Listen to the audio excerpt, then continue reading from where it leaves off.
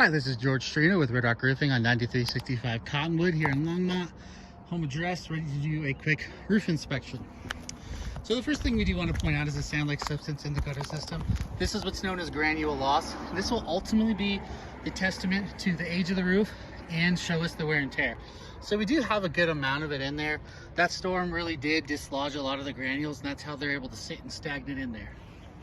So the first thing an insurance adjuster looks for is what's known as collateral damage, signs and indicators that there was a storm in the area, particularly pertaining to soft metals like your rain caps here, and indentation and spatter on the turtle vents. So these rain caps actually are the best ones for you. We do have quite a bit. You can see the many different size indentations on video. Next thing that they look for is what's known as spalling. That is what happens when hail hits the shingle, dislodges the granules, and exposes the fiberglass undermatting.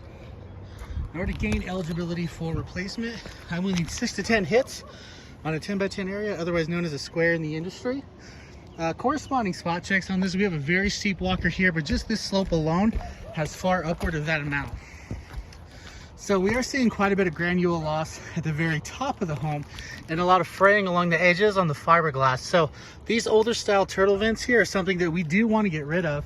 Put some more adequate ventilation on. A ridge vent is really the best system. It's a vent that runs from end to end at the very top slope of the home, creates a convection and better adequately ventilate this.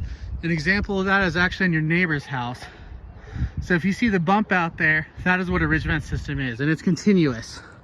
So something we'll definitely like to apply to the home completely free. It's normally an upgrade, but we want to change the airflow here and get that better. So all the penetrations, we are seeing some lifting and some cracking. So pipe jacks is something we do like to keep an eye on over time.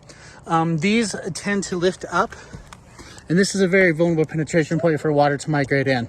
So this should be a little bit more flush to the roof deck, has some silicone around it, and it looks like the seal on this is actually starting to fall through and fail. So just little minor things that will get buttoned up in the replacement, the things we like to keep an eye on throughout a roof's lifespan. So there's really not much more to bring to your attention up here today. We definitely do have quite a bit of hail damage. I do think it is a good time for you to know what your options are here. Happy to help with that process however we can. So again, this is George with Red Rock Roofing. I appreciate the opportunity to get up here and bring you guys up to speed. I'm gonna go ahead and sign off.